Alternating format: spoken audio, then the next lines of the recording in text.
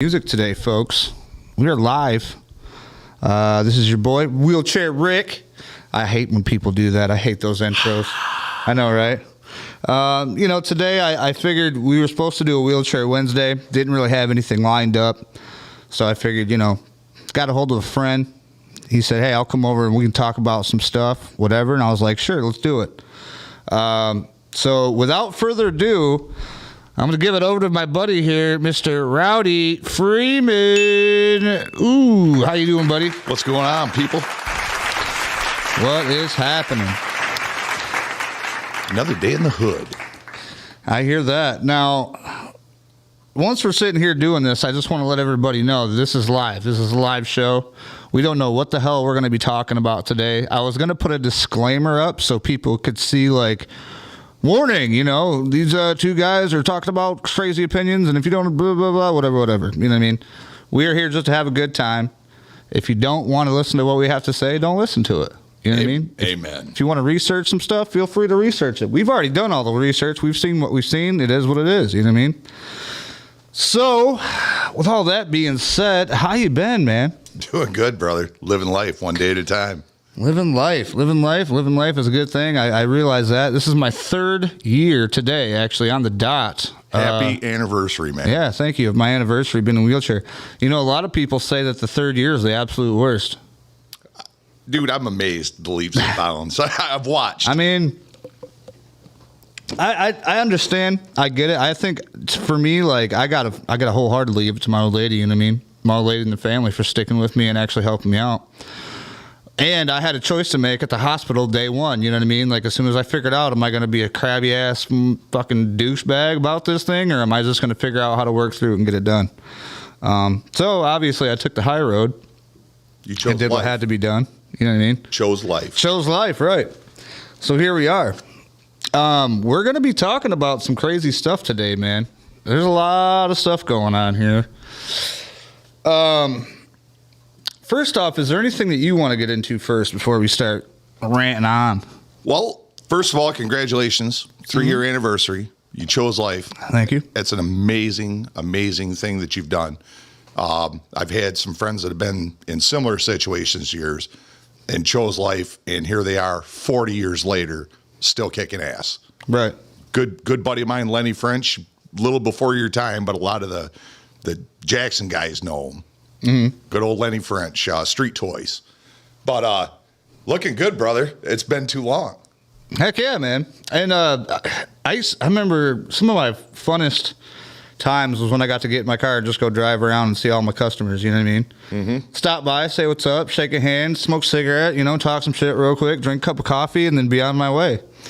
So it's good to actually talk to people that you used to. I thought about getting back into the whole business, but man, there's no way I could do it like I used to. You know what I mean? I'd have to hire somebody, which I got plenty of work. I just got to wait for him to grow up big enough to where I can take him and put him to work. You know what I mean? I think you totally do it. Oh, I can. I probably will. You know what I mean? I think I will. I want to see us get through this winter. I know it's been hard on a lot of businesses lately with our fucking current former vice president running everything. And our fantastic governor. Fantastic, man. Can I just tell you how much she's fixed all the streets and all the roads in Michigan? How long has she been saying she's going to fix the roads for? How long has she been in office? Fuck, that's a good question, too. Shit, I can't remember. I remember Gretchen, no, what's her name? Granholm was the last governor, I remember, wasn't it? I just wanted to gnaw on that big mole on her face. Isn't her and her mole higher up now? She's fucking... I believe so. She's talking, yeah, I think I just seen her actually talking about the Department of Treasury, maybe? I could be wrong. Good Lord. Don't quote me on that one, but I remember I seen her and I'm like, that's the fucking former governor of Michigan. Yeah, I really didn't keep track of what she was doing. I wanted to forget her as soon as she left the state, just like I want to forget Whitmer when she leaves the state. Whitler. Whitless. Stretching and Gretchen, good old Stretching. And a lot of people like her. I've seen a lot of, and it's funny, every time when election season comes around, you see all these ads and people are talking about, oh, well, look at these chips. They were made in China, but now I'm going to bring it back here. And I'm like, bitch, it took you this fucking long to get the chips back here? What are you talking about? I love the complete fact she can ignore the people for all these years. Oh, that's actually when somebody shares. Nice. You didn't never hear that. I never heard that. What did I do wrong? No, you're good. But I love the about face that she did, just like that, because it's election year. Yeah, And exactly. all these positive things she's done, and how quickly people forget the negative things that she's done. Yeah. It's just endless in Michigan. Our eternal battle is going to be the roads. Oh, dude, it's always been the fucking roads. Ever since I fucking can remember, it's been the roads. I'm like, you're going to fix the roads, but every time we go down the damn highway, there's fucking 14 miles of nothing but just like chaos. And then I seen the other day, they got the whole damn highway, like not just tore up, but like they dug underneath. Oh, yeah. It's like, you could fucking, dude, it's like a 10-foot hole. They're rooting it. They're gutting What are you doing? The funny thing is, once a foundation's laid, the foundation's laid. Mm-hmm. You might get a divot or a bump. You fill those bumps in. You modify the bad spots. You don't need to go down to the substrate and rebuild the highway from scratch. Right. And it's such a waste of money. The highways still suck. Even the concrete highways that they put in, the one from right here where you're at, which I'm not going to mention, but going due west would literally make you vomit in your vehicle driving to the next town. It was so bad up So bumpy down, and wavy, yeah. until they brought the diamond mill in and literally had to mill the concrete, and it still sucks after that. Right. But go to any other state. Right. No, exactly. And that's the thing is as soon as you leave and you go to either Ohio, Indiana, I don't give a shit where you're going. As soon as you cross that borderline, Yep. you know exactly you're out of Michigan. You know damn well you're out of Michigan.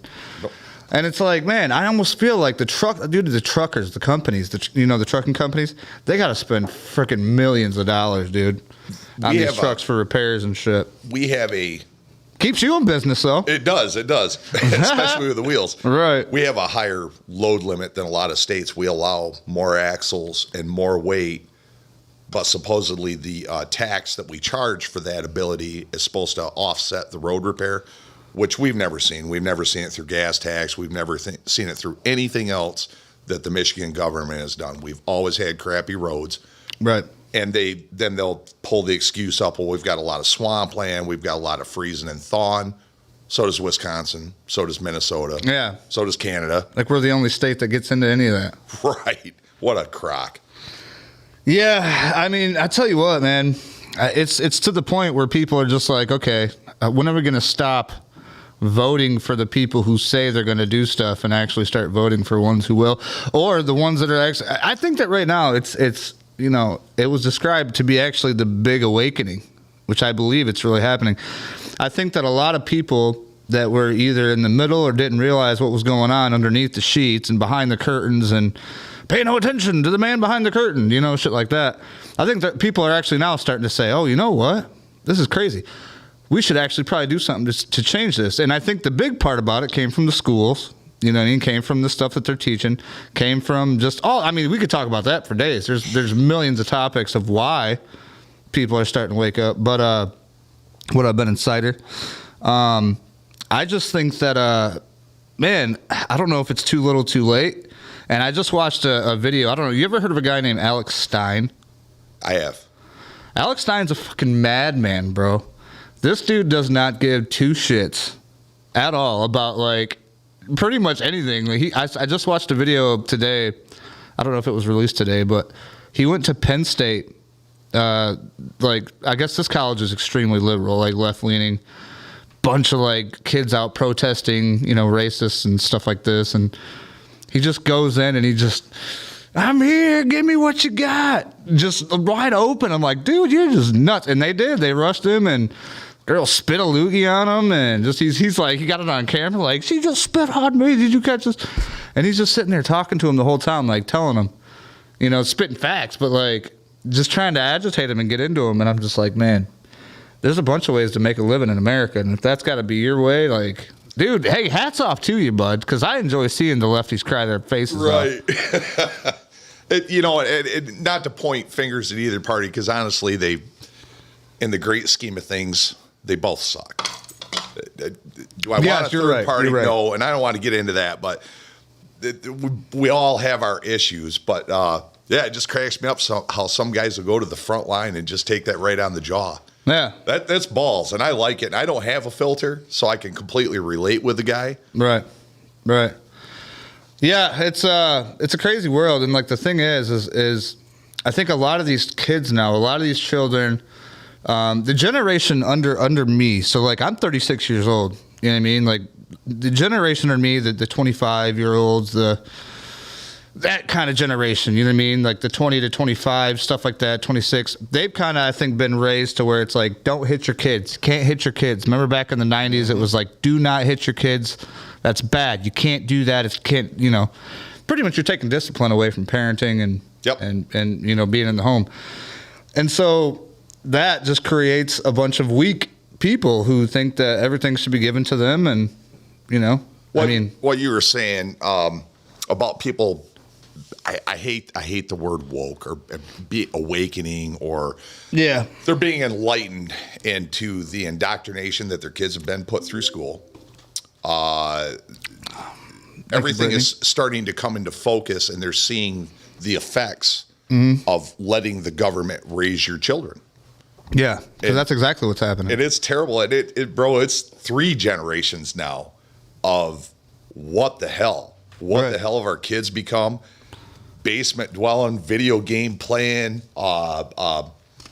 They're not responsible for anything. Nope. And to get your kid finally, and I can say this because I know, to push them out and like fly little birdie fly, to really realize all the indoctrination and the effect that it's had on your children, the effect that it's had on our country. It's amazing.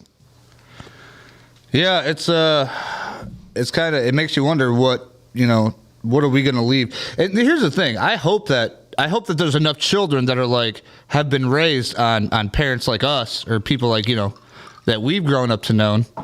Because all the people that I know, like me and you and like the generations that follow, like pretty much like what we do, they raise all their kids the same. You know what I mean?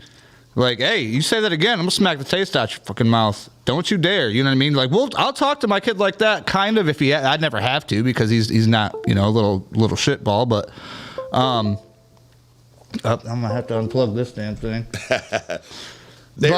I raised my kids like that, and I don't know if you can tell by looking at me. I'm not a soft guy. I'm kind of a hard guy. I'm kind of a rough guy. Mm-hmm. And I raised my kids exactly like my great-grandfather raised me, and which was old school hard. And man, I'll tell you what, they didn't turn out exactly like I thought they would. My morals, my values, my sense of national pride. People hate that word. National pride, like you're a nationalist? Right, nationalist? Right. What's wrong with just loving your country? I mean, that was a cool thing when I was growing up. Yeah. There was a flag in my front yard, but my kids don't. My kids are, and I don't want to do a bunch of political crap, pointing fingers right, left, so on and so forth, but man, they're freaking left hard. Mm-hmm. And it's like, where did that come from? Indoctrination through the schools. Now, let me ask you this. Did your kids go to college? They went to JPEG, which is a high school / they get college credits while they're going to high school. And both of them failed miserably because they allowed too much independence in the school, too much free thought and too much independence, not enough guidance. Right. When you give a kid freedom, they'll run freaking wild. Oh, hell yeah, they will. That's the weekend at Bernie's party, and and that's what happened. They weren't responsible enough to make themselves go to the classes, to make themselves do the work. But the college said, that's a part of the learning part until they damn near failed out of it. One kid has a diploma, and the other one travels the United States in a van. He's happy doing that. I'm cool with that. But holy hippie. Yeah.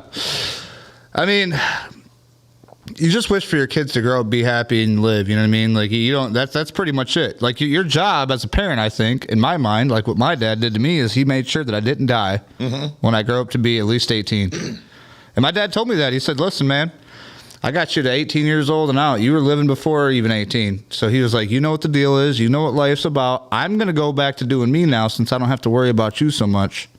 And then we'll be good. And I said, okay, Dad, all right, you go ahead and do what you do. I'll that's fine. I'll support you with it, whatever. So, I mean, that's kind of where I came up. And I want to make sure that I teach my kid, like, it's not cool to go to school and fight. It's not cool to go to school and pick on kids. Like, it doesn't matter what they look like or, you know what I mean? None of that. Like, you got to be nice to everybody because everybody is, you know, we're all people that have to live together on this planet. But you can't even teach them the roots that it's okay to defend yourself. It's right. It's okay to be proud of who you are.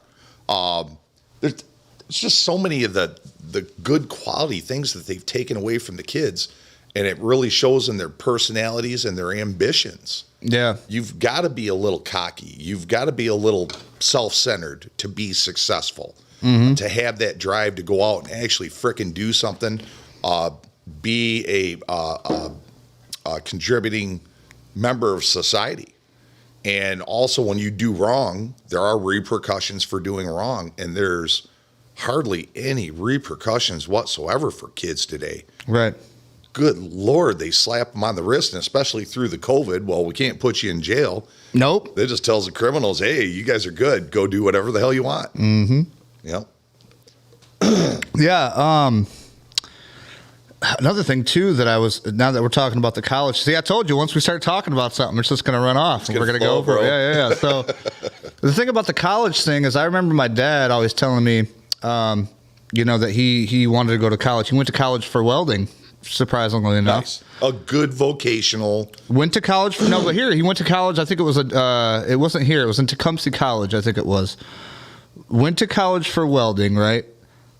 Got out of college. Couldn't find a job welding anywhere because nobody was hiring like that at that time for welders.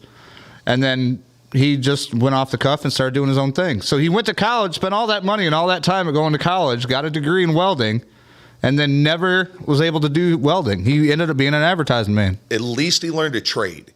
And yeah. That was my great-grandfather's biggest thing. My parents raised me. Don't get me wrong. It's not like my parents are out of the picture. But at 9, 10 years old, I moved in with my great-grandparents to help them out. And my parents had gotten divorced in 1984. And so I took care of the old guys, old guy and old lady. He always said, learn a trade. You'll always have a job. No matter what your profession is, if you go to college, you're a bookkeeper, if you're whatever. Right. And that job fails or dries up, you have something to fall back on. You can roof, you can frame, you can do concrete, you can weld, you can wrench, so on and so forth. You always have a secondary job. And God, I've done them all. Right. Yeah, me, I tell you what, I had that college credit from, it's called, the CARE program from JCC. They give you the CARE program where you get 2 free years of college if you so choose to after you do the high school thing. So I remember I went to the CARE program after I got out. Like I took my thing and I'm like, I want to use it. You know, so I went to college at JCC and they gave me, must have been, 8 classes I had to go to? And I'm like, no, I just want to do computer graphics. You know, I want to learn computer graphics. And they're like, well, you got to go to all these. And I'm like, I went there for 3 weeks and I'm like, I'm out. Bye. I'm done. I don't want to do that no more. You know what I mean? So like, it's school, man. Like, fuck school. I don't want to go to school. I want to learn shit. And that's what kids today should be going into. Learn a trade. Learn how to be a merchant or learn how to sew or learn how to, you know what I mean, pave a driveway. That's always been an issue. And back when I was in high school, we're talking way freaking back. I feel old even thinking about it. But all the extracurricular classes you had, we had wood shop, we had auto shop, we had metal shop, we had phys ed, home ec. Hey, Patty, thanks for that. Like, you could actually learn to cook.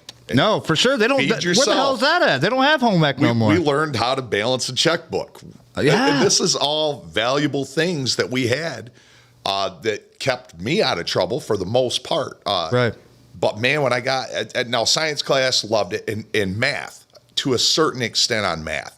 Once we started getting out of algebra into trig and all this other crap, I just lost all focus. And by the way, I'm a 10th grade graduate. Right, there you go. At 16 years old, when my great grandfather died, I had the choice of moving in with my dad or my mom. I didn't. I went to work and have never looked back. Never got a diploma. Mm-hmm. And went through the workforce, and I ain't gonna name my company, but I'm a fairly successful business owner. I'll just say, if you know, you know. If you know, you know. Oh man, yeah. So far, man, we've been pretty mild. That's nice. I like that. We're gonna start getting into the more heated up stuff now. The meat. The meat. I know you got some meat somewhere. Oh, sometimes. Sometimes. I'm getting old, bro. You know, it's more like a man. Do I wake up this morning and choose to fucking, you know, like come up? You gotta fight back though. You can't just sit down and do nothing. A lot of people are just sitting down and taking it. You know what I mean? A lot of people don't have a platform such as I do, obviously, and they're out here talking to other people about what's really going on because they might be afraid of what could happen to them. They might be like, well, I don't want to get canceled out, or I don't want to get, you know, this taken or that taken. But it's, to me, I think it's like, man, it's sometimes a risk you got to take, and I'm kind of gently stepping on eggshells, trying to reach that, you know, trying to reach those people to tell them a little bit here and there. I don't want to get too far into the sauce, but you know what I mean. Nobody likes a radical. They don't like a left wing radical, and they don't like a right wing radical. And you've got to find that. And to be honest, if we're ever going to move forward, you got to kind of find that easy center. Mm-hmm. And which is such a divide right now. It's hard to find the easy center because people are so strong in what they believe. They're hard right or they're hard left. There's no down the middle, and there's no reading of both sides and trying to understand. Back in the day when we were kids and you watched the news, facts were presented to you, and you, as an intelligent individual, were allowed to decide for yourself, here's the facts, and you are allowed to decide for yourself as an adult. News does not work that way now, and that has really ripped this nation apart and put a divide. There's nothing more the government wants than us to be fighting each other. And, of course. We're so caught up in this battle, we don't see what these shitbirds are doing. And the thing is like, I've noticed that once people start to kind of get up a little bit, start to wake up a little bit, now something new comes out. Oh, God. It's like, no, don't look at there. Look over here. Look at, there's another shooting or another fucking. Oh, God, if you've ever watched The Wizard of Oz, you know exactly what's going on. Yep. Smoke and mirrors, the man behind the curtain. Yeah. That's why I love George Carlin. Oh, man, fucking God rest his soul. I love George Carlin. He just spit it straight to you and told you how ignorant you are and how molded. I used to think he was just an angry old man until I got old a little bit, and I was like, dude, he was fucking speaking truth this whole time. He's freaking amazing. And nobody paid attention to him. He's like, nobody cares. And people that tried to argue with him, he just freaking destroyed them. He's like, no. You're not seeing what's happening. That's why you're angry about your side. Right. Or on behalf of your side. So, yeah, man, I mean, we've all got to learn to be a little bit more respectable of the others, but there are so many more radical people that just can't control their emotions. Yes. Can't talk to you like a human being. And in the moment you disagree with them, they head in the sand, I can't, and they lose their shit. Because they don't want to believe that this whole thing that they've been, led to believe this whole time is wrong. And then it's like, dude, come on, man. Like, you can show them plain proof pictures in front of their eyeballs, and they'll be like, that's doctored. That's fake. That's not real. Oh, God, yeah. Well, here's a video. Look at this video. Oh, that's Photoshop. That's not real. Somebody did that. Like, oh, my God. Any excuse you can frickin' make to back up your point of view. Any excuse you can make is acceptable. Mm-hmm. Crying, throwing a temper tantrum, breaking shit. Oh, how many years have you ever heard? Dude, look at the whole riots, bro. They fucking burnt down a whole freaking couple cities. So I got a magic bag in here. Oh, man, I can't wait to get to this magic bag. And inside this magic bag is a very sacred piece of Rowdy Freeman's paraphernalia out of the Are we going in the bag? You want to go in the bag? You want to go in the bag? Well, Dude. See, the thing about the bag, and this is kind of cool. So you got to reach in, and you're gonna pull like one piece at a time. We can BS about that, but there's a lot of shit in this bag. Well, I mean, fuck, we might as well get to the bag, man. Let's get to the bag. I'm gonna pull these headphones off. Let's get to the bag. I wish I had that fucking song. Now, you have no idea what that song is, do you? What's Just that? throw it in a bag. That bag. Oh, song. you talking about the horns? It's a rap song. Oh, that's what I was thinking. No, this is the horn. That one. No. See, he's a little bit older than the folks that I grew up with. Oh, you want me to do it? Oh, yeah. Oh, son of a biscuit. Let me put this down here. I thought I was going to watch you do it. No, that's your gift bag, brother. These are. Oh, these are all for me then? So that whole bag is a gift from me to the Wheelhouse. Oh, man. And This first one I already like. there's some shit that's got a lot of meaning and value in there, and some of them people are going to think are insignificant. But I look at the history and everything. Oh yeah, that's What is the fuck is that? that's you got. That's in the bag? It's in the bag. Holy shit. We got something going on. Now It's this gonna get wild. Now this right here I do enjoy.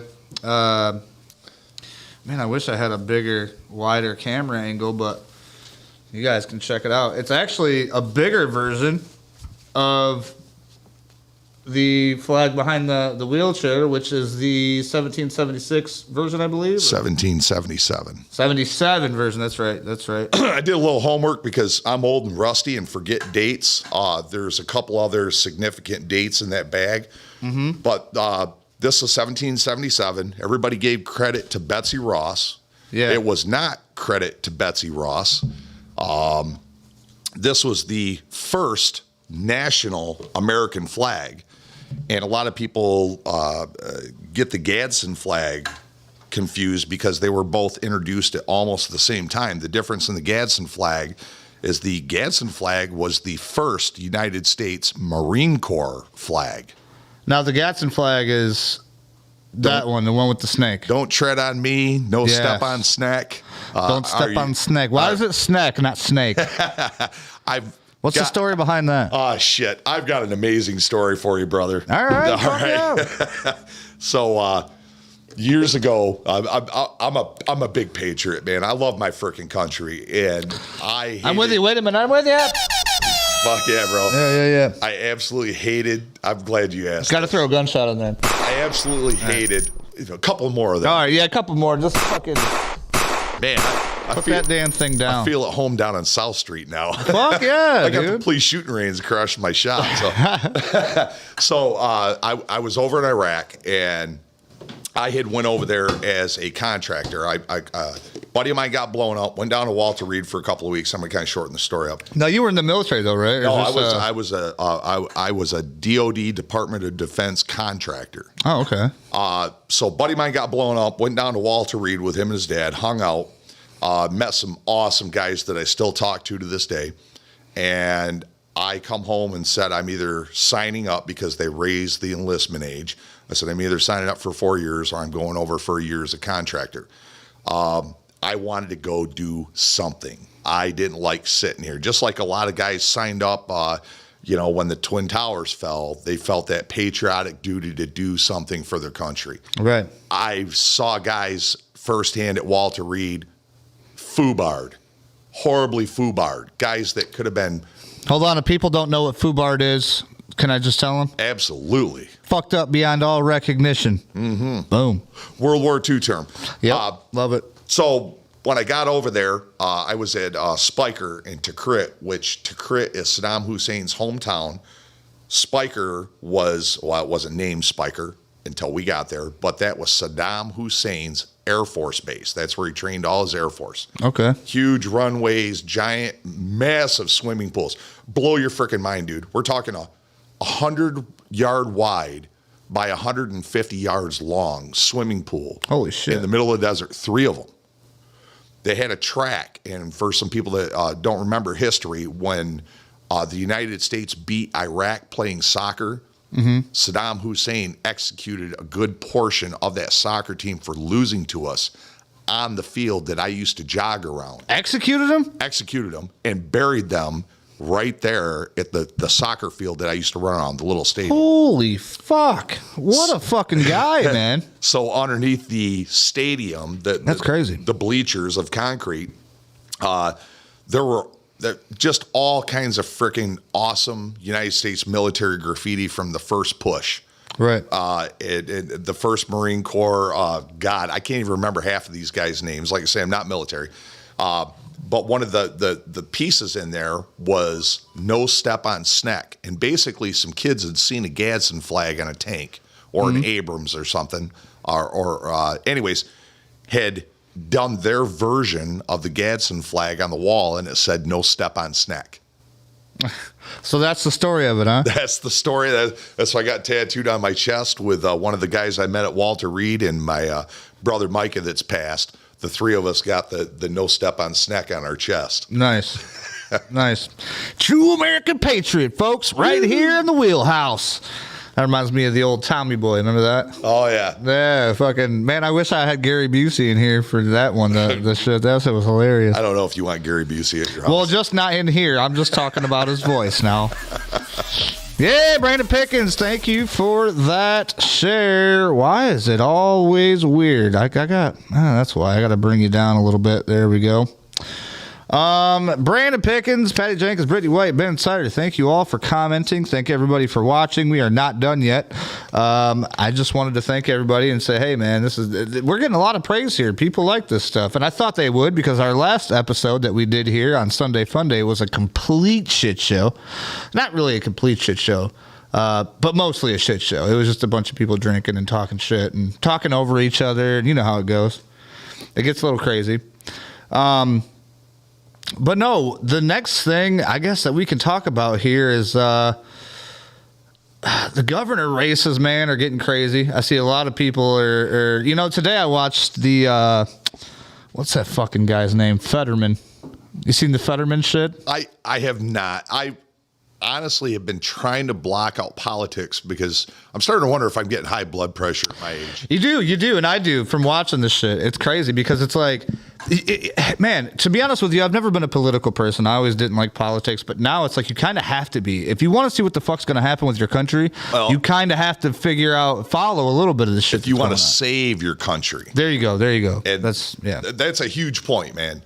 If you want to save your country, you really need to be knowing what's going on, man, and be a part of it and go out and vote. Absolutely vote. Yeah. And that's why people, and I'm not going to get into the Trump shit, but a lot of people are pissed off because they don't have that faith that your vote is your vote. Yeah. And that is the biggest scar to American democracy. That we can't even have faith in our own system. And the thing is how fucking long has this shit been going on? How long has it been going on that nobody even knows about? You know what I mean? I would hope not any longer than 2 years ago. I would hope that. I mean, you would hope so. First major, but I think it's waking a lot of people up that they're going to start. The microscope is on. Yeah, people are watching closely. This is just midterm, bro. Yeah. So the microscope's going to be on huge just on the midterms. Well, and I don't think that we're going to go through an election like we did. And my favorite, I don't know if you've ever seen this, my favorite T-shirt that was ever made is something about like welcome to the future, and it's got the F, but the F is actually the steel of like I'm trouble the button, and then the Joe Biden comes up and then goes completely up and then over. Oh man, I was just like, that's a great design. Whoever designed that is making a bunch of money right now. Either that or he came up with the design, put it online, and somebody stole it. But no, I'm the same way. Like, I've never been a Trumper either. Like, I'm not a super big Trump guy. But the thing is, a lot of people were looking for somebody to take them forward. You know what I mean? A lot of people were looking for somebody that was going to say something that they were kind of afraid to say. And Trump's not the smartest motherfucker at all. Like, he's just. But they wanted somebody that had a set of testicles. Yeah. So, God, it's another whole subject, but the demasculinity of the United States, of all males Absolutely. in the United States. I'm glad you brought that up. It's a bad thing to be a man. It's a bad thing to have a big set of testicles and a big voice and a big beard and just be a freaking man. Yep. And to work. All these things, and this is all part of the conversation we had earlier on the whole indoctrination. Mm-hmm. We're turning into a nation of pussies. Pretty much, because it's easier to take over a nation of pussies than it is a nation of masculine-ass men ready to fight, you know what I mean? Good Lord. In our military, holy, I'm not even going to go there because I don't want to get you kicked off whatever platform You you're know on. what? I'd like to have you back, obviously, so we can go over some more of this stuff, but let's see how far we can go into it tonight, you know what I mean? Well, let's see how far we go into it without getting you kicked off. Exactly. I'll tell you right now, my next presidential bid would be, I might even do a write-in. If the right guys ain't running for president, Ted frickin' Nugent. I'll fucking vote for Ted Nugent. Bro, he's 10 times more obnoxious and loud You know what? than Trump. Fuck that. Let's go even crazier. Let's go Kid Rock. Dude, Ted Nugent, president, Kid Rock, vice president, or vice versa. Holy fuck. Now we're really living in some idiocracy type world, but I think they would be smarter than what's going on now. You know what I mean? Bro, I wanted to stand up and get some ice for my drink, but this freedom boner is a little bit too A uncomfortable. little bit too uncomfortable to do that. What up, Mike? Mike's a friend of mine. He came through. He's going to build me a ramp in my garage so I can just get up in it. Right now, everybody just get in my house. I have to have somebody lift the ramp, put the ramp down, lift the ramp because I got a metal ramp. Oh, shit. And I do have home mods coming. You know what I mean? Don't get me wrong, but Mike came out and was like, "I'll build you a ramp on that, man. Only take me for a little bit. I don't cost you nothing. I'll just do it." Right the hell on. Well, Good guy. You've got a lot of friends, bro. Yeah, a lot of people come to help me, man. Like, man, this wheelhouse, the way it looks today, wouldn't be what it looks like without my friends coming to help me. You know I what feel mean? like a stingy bastard just because of the fact I've got a cabin up north, and I'm there almost every freaking weekend because that's my sanity. That's how. That's a big drive, though, ain't it? Oh no, man! 2 hours, dude. 2 hours there. out of my shop. I'm drinking a beer on the front porch, overlooking giant white pines, Muskegon River in the background, endless two-tracking. And That sounds like fucking amazing time. brother, and I'll get your ass up there. See, there we go. I Now will we're get talking. Your ass up there. We will get your ass in a Jeep. We will go get stunk in the mud, and we will go see nature. You know, I was asked if I wanted to get a track chair with the tracks on it. Oh, those are badass. They are, but I don't want to strain, my insurance company for too much. They've done a lot for me right now. I got to be honest with you. They've done a lot more for me than they have a lot of people. So If you want to get out in the wild, that chair is going to take you places you wouldn't believe. This chair has already done it, but I've gotten stuck a little bit. But this chair is a beast. This chair right here is no beach. You know what I mean? Right. Patty said up north is the bomb. How do we get off highway?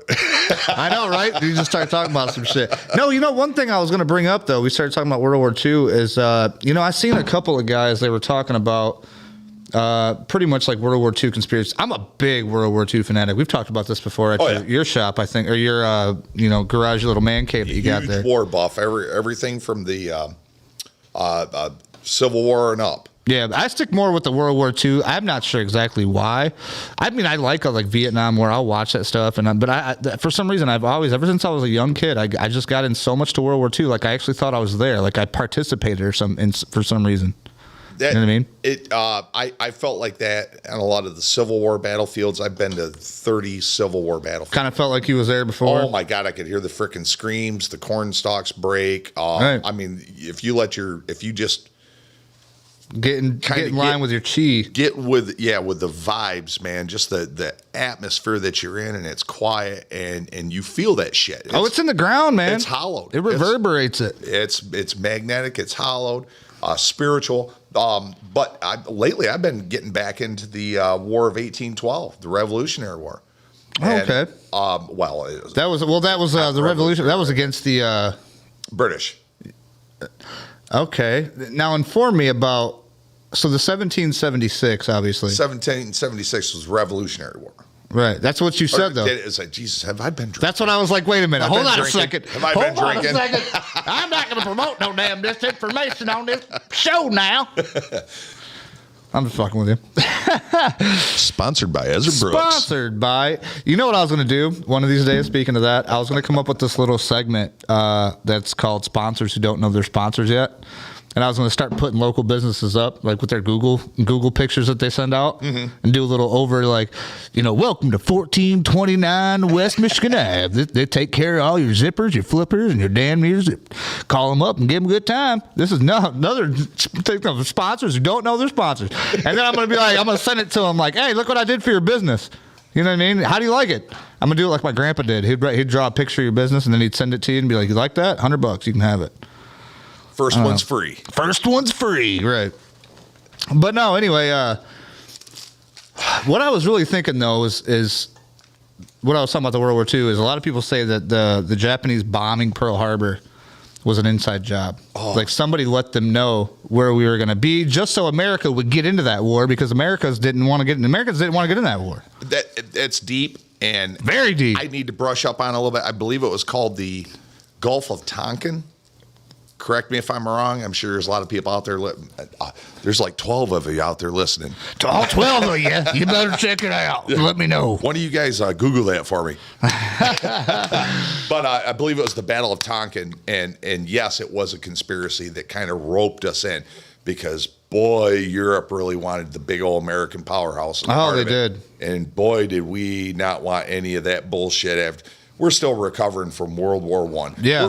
We're still recovering from the Civil War. Yeah. And nobody wanted to fight it. We're done fighting. They're like, come on, man. Man, people get tired. Just like now. Fuck, we're tired. Yeah. And damn, wasn't it nice to have a president for a brief moment that we weren't involved in any fucking world conflicts? Getting world leaders to shake hands and smoke joints together. I mean, now see, here I go bouncing. You know what? I don't care. Here we go. That's how we do it, man. Bouncing topics. Who gives a fuck? Who has had bigger fucking testicles than to cross the fucking DMZ without all his guard and go over and shake that little man's hand? You know who that little man was? He's that barking ass chihuahua. When you go to your friend's house and that little fucker will not shut up, not stop barking, nipping at your heels till you pay attention to it. Then you pet it a little you bit. Go down, give him a little pet. Hey, buddy. You exist. Yeah. You're cool. All right. That's a good boy. And he followed the big man around like a fucking puppy dog. Yep, feeding him little niblets every now and then. And guess who wasn't threatening nuclear war and doing fucking missile tests and all this crazy shit? Yeah. He was just glad. He's like, the big man, big old American paying attention to me. I'm cool with this. Yeah. Well, because he's an American fan, though. You got to think, like, Kim Jong-un has been an American fan of American sports and just all kinds of shit, dude. And I watched, I don't know how the fuck, I think it was one night I woke up and my TV was just going, and all of a sudden, because I usually watch, like, History Channel shit. So then I have it on Hulu, and then it bounces over to this Kim Jong-un, what is it, Memoirs of a Tyrant, or How to Become a Tyrant, or something like that. And it's talking about Kim Jong-un and how he came up and how he was brought up and how his family was brought up.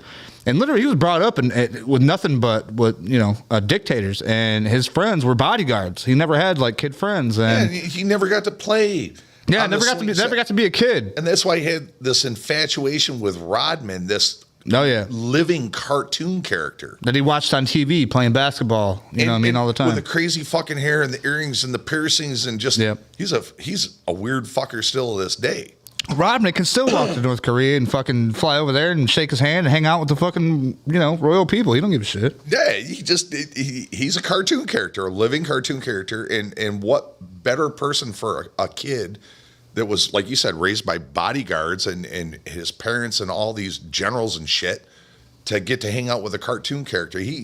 It's like every country on the planet has always mimicked the United States. Yeah. The Cubans, look at the cars they've got over there.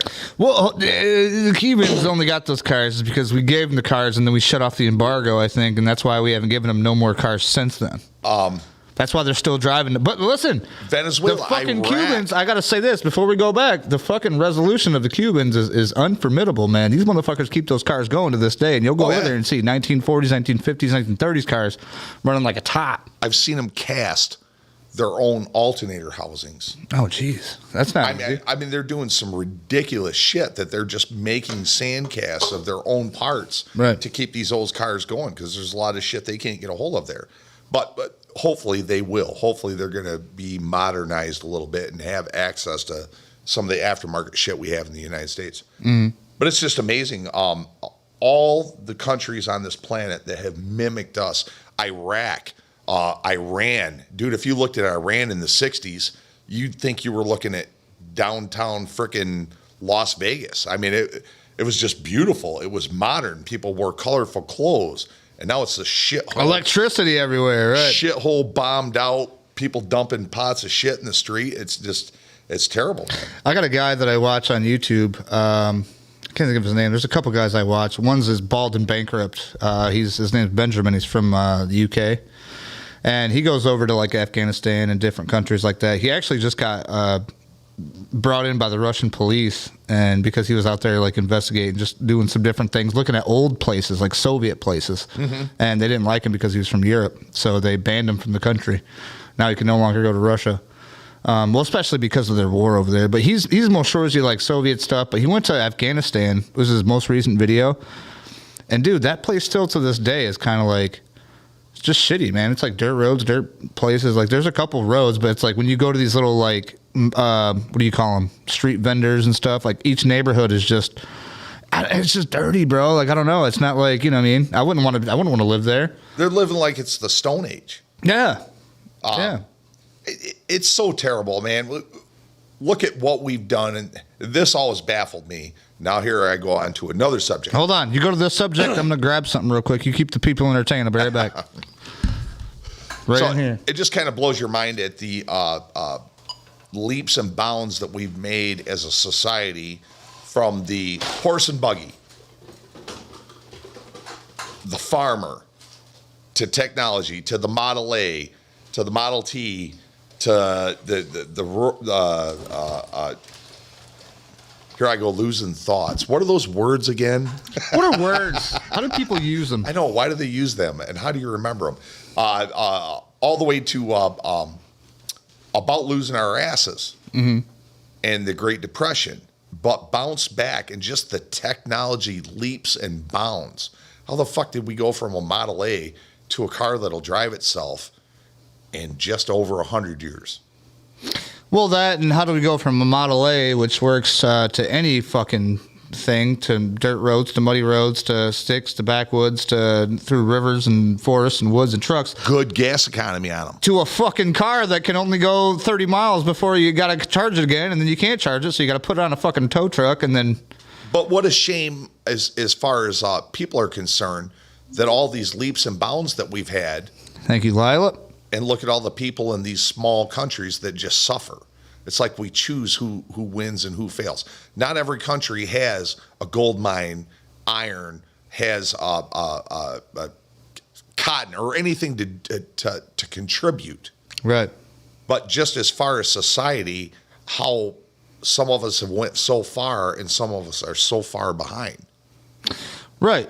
And the thing is, I don't know, man. We can go on and on for this, but that's the thing, that it's, in order to get better in this country, I mean, in order to really start moving forward and from where we are today, I believe it's kind of too late. Like there's going to have to be something else born out of what's become ashes, pretty much, of what we've been used to living in. Because if you look around the world today, let's be honest, it's not the same world, dude. I mean, they're talking about Russia and China getting together, forming a currency, taking all the gold. Everybody's buying gold over there. Like, so all of a sudden, we're talking about they're going to crush the American dollar. Now, what does that mean for us? Now, what do we do? You know what I mean? How is that going to help? How is that going to, impact the American people? We've allowed too much, and here's the conspiracy theory. The global bankers, the fact that the United States dollar is not backed by gold. All of these things, it's a plan. Number one, it's a plan. Don't fool yourself thinking this is some type of new shit. This has been planned far long before you and me. Oh, of course. The big families, the big bankers. See, I believe in World War II, okay? This all goes back to World War II. I swear to you it does. It has to, because it's weird. Maybe even before World War II, you're right. Maybe even since the birth of this country. Who knows? There's a bunch of secrecy. There's a lot of shit that we don't see that goes on behind the curtain, like we were saying before. And it's kind of hard to figure out who to blame when there's no light on anything. You know what I mean? But I think right now, what's happening is people are starting to wake up. The names who've once been in the shadows are now being brought to light. People are starting to shine light on these people and their names.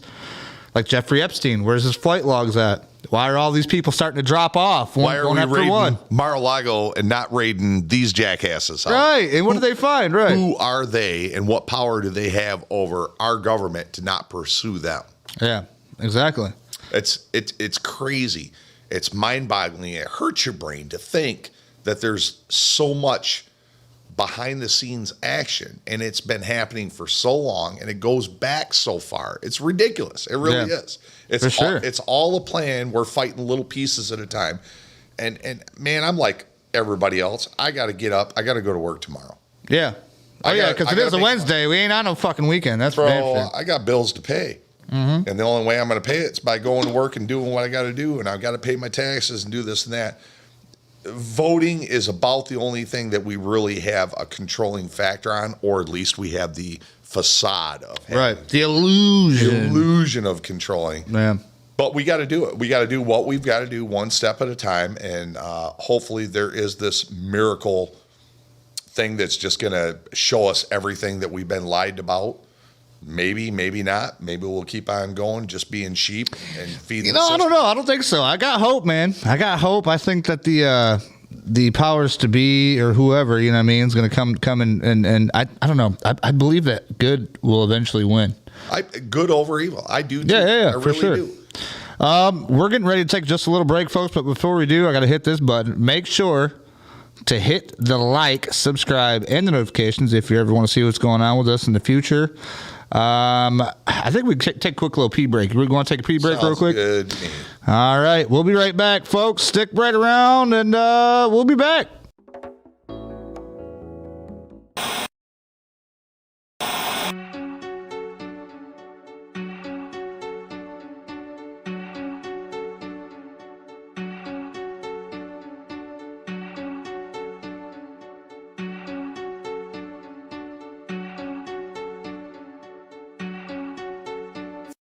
This is who we are.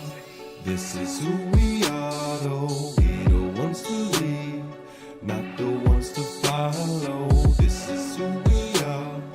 This is who we are. Though we the ones to lead, not the ones to follow. Hey, tell that bitch to get back. I gotta crack him open like a six-pack, clearing out the rip-rap. It's the Big Mac, back up on the premises. Better remember this, I'm out for benefits. It seems I cannot quit fucking degenerate. I'm my own nemesis, nothing but menaces up on the premises. And verse like Genesis, I'm being generous. Somebody tell me when it is. We all alone in the dark, but we searching for light. Somewhere to go when these things are not looking that right.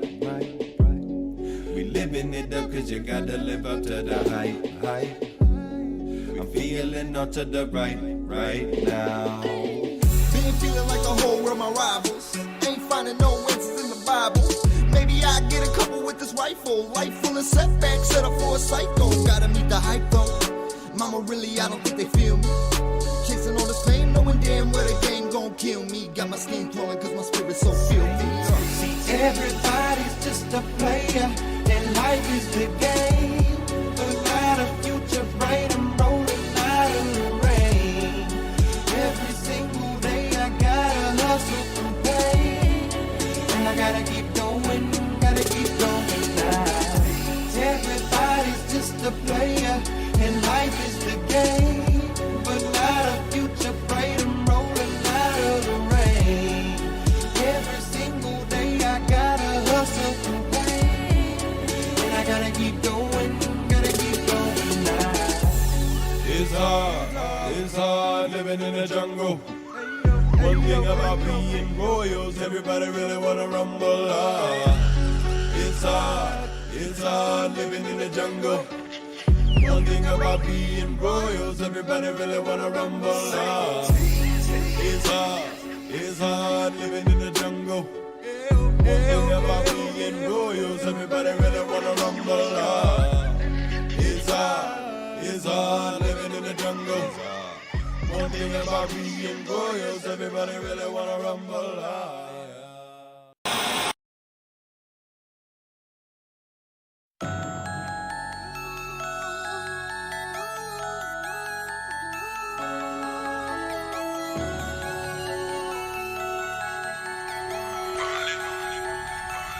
And I'm thinking that you ought to know by now how we living. And I'm thinking that you ought to go by now somewhere different. So come give it up with these hippies. I'm tipping your cups and you like me. A city of tech town. There ain't no looking back now. I ain't never looking back now. Never know if we were back down.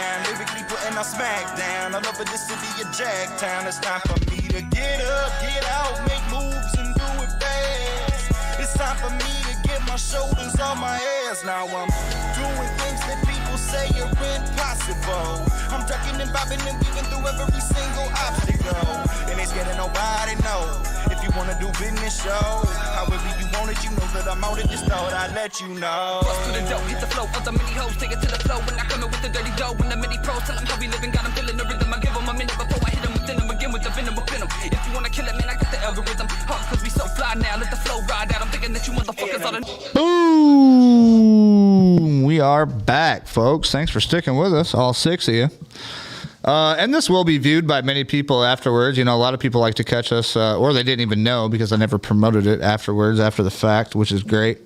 Before we get back into it, just need to let you guys know again, make sure to hit the like button, subscribe, and the notification bell on YouTube if you're on YouTube. If not, cool, whatever, no big deal. Let's welcome back to the floor, Mr. Rowdy Freeman. Yay. You know, my buddies do that. You ever seen the guy, Steve Jessup? No. Steve Jessup is the guy who ran from the cops on a scissor lift. And then he started lifting himself up. Oh, God, I've seen that. And he's It's like, come hilarious. get me, why don't you? Come on up here. And shit. That had to have been staged. I'm guessing it probably was. But, like, it got millions of views. Like, this dude's got frickin' millions of views. He's the same dude that did the lawnmower, had like the 4 trailers behind it. Yep, with the cases of beer and the kegs and all that shit. Yeah, he's the dude. He did the whiskey wipers. I don't know if you ever seen that one. He takes an old fucking Chevy box truck, dude, and fucking like cleans out the wiper washer thing reservoir, cleans it out real good, and then fills it with fucking whiskey. I did that in high school. Drives a fucking cord to his insides, and then just hits the Mine was in my glove box in the 73 That's Dart. exactly where he put it at. Pop the glove box, hit the windshield wiper, fill up the fucking shot glass. That was hilarious, man. That's good. But no, that guy, I go live with him every Friday just to hang out. There's a bunch of people that go on there, you know. That dude that did the video? Yeah, dude. You can get on there. You can hit the Zoom on Friday, dude. He goes usually live at 5:20. To him, it's 4:20. You go in, you hit the Zoom. I'll actually share it with you, the link next time if you're interested. You can go on there and just shoot the shit with him, and he'll talk to you. Is that dude a millionaire? Absolutely not. Damn. No. Get more likes. He's funny though. More people to follow. Yeah, he's a funny guy. He helps me out. I think I would like to think so, at least. You know what I mean? Son of a bitch. At least pay for the whiskey. Something. I mean, fuck, this shit ain't cheap, especially, dude. How expensive? Now, getting back into this shit, how expensive do you think shit's gonna get here this winter? See, I think I'm the kind of guy where I think they're gonna fucking starve us out. I'm like, keep telling my old lady, we got to go get emergency food. We got to get this fucking beans and rice and shit that's gonna last for years and years. Bro, you're talking to the right guy. I've followed this shit. So let me go back to, I'm 48. Back when I was 18, I had this conspiracy theorist friend, blah, blah, blah, end of the world, da, da, da, da. And man, it hurt my head, and I had to step away from it. I had to get to a point where I could look at the information, absorb a little bit of it, but not dwell on it and make myself insane. And here I am, 30 years later, still struggling to do the same. All this information, and this is the information age. Christ, back in the 90s, not that much information, what you're getting off the TV, a little bit in the newspaper, and a lot of hearsay. And you were still dooming. Now it's in your face. Yeah, Everything's every day. doom, doom, doom.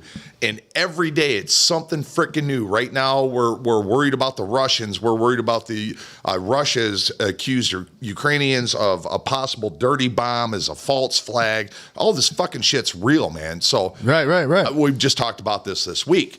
How much do you have? Man, you just have enough to get you by. Like the gun and ammo guys. I'm a gun and ammo guy.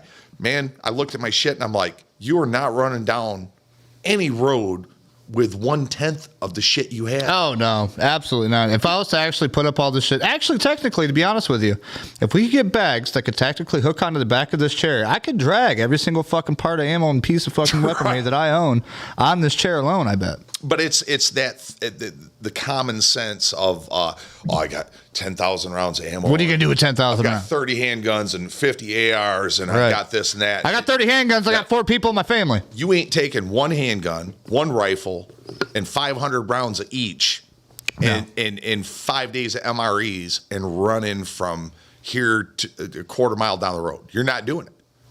Right. Your fat ass is dead flat on the floor unless you exercise and jog every day. All these guys that think it's going to be Rambo end of the world, it ain't going to happen, bro. That's what a lot of people keep telling me. They're like, man, you keep talking about like people running up your property and coming up, and they're like, I think you're crazy. I don't think it's going to happen. Well, who's to say number one? who's to say it doesn't, right? Number two, at your property, yeah, that's your stronghold. And it's just, man, it's a matter of your perspective. What do I feel comfortable having? And if that makes you feel comfortable having that, that's cool. But in a reality state, shit hits the fan. The world goes fucking nuts.